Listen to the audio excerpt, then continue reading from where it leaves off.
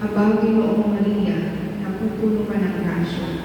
Diyos ay kapiling mo, tuwina.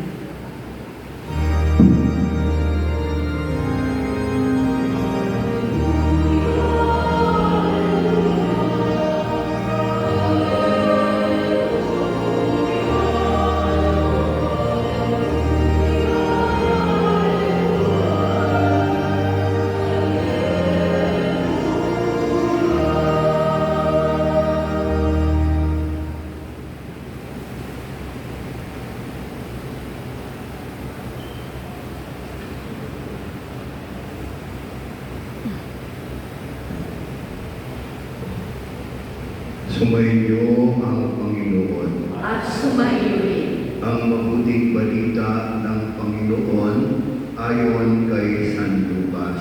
papuri sa iyo, Panginoon.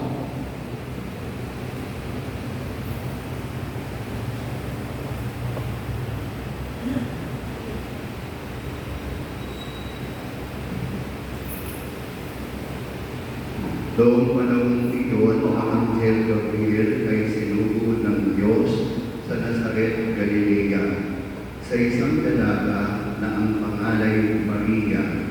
Siya'y nakatakdang ikasal kay Jose, isang lalaking buhat sa libid ni Haring David.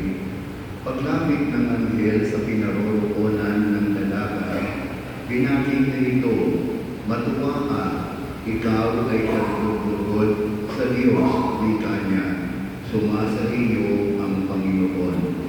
Nagulumihanan si Maria sa kanyang pangungusap at inisip niyang mabuti kung ano ang kahulugan niyon.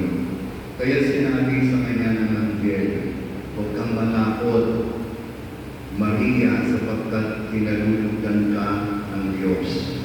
Makinig ka, ikaw ay magliligi at manganganak ng isang lalaki at siya'y tatawagin mong Jesus.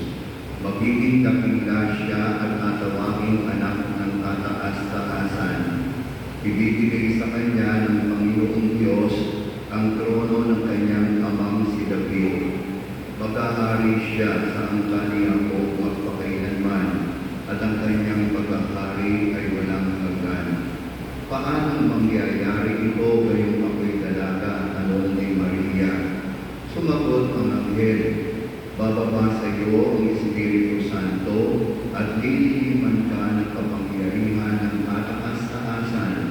Kaya't banal ang ipanganganak mo at tatawaging anak ng Diyos. Natatandaan mo ang iyong kamag-anak na si Elizabeth. Alam ng lahat na siya'y baog, ngunit naglihi siya sa kabila ng kanyang katandaan. At ngayong ika-6 na buwan na ng kanyang pagdadala ng tao, sapagkat walang hindi mapangyayari ang Diyos." Sumagot si Maria, "Ako'y alipin ng Panginoon, mangyari sa akin ang iyong sinabi." At linisan siya ng anghel.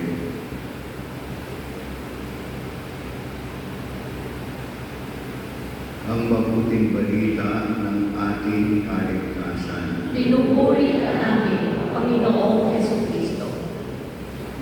Katulad po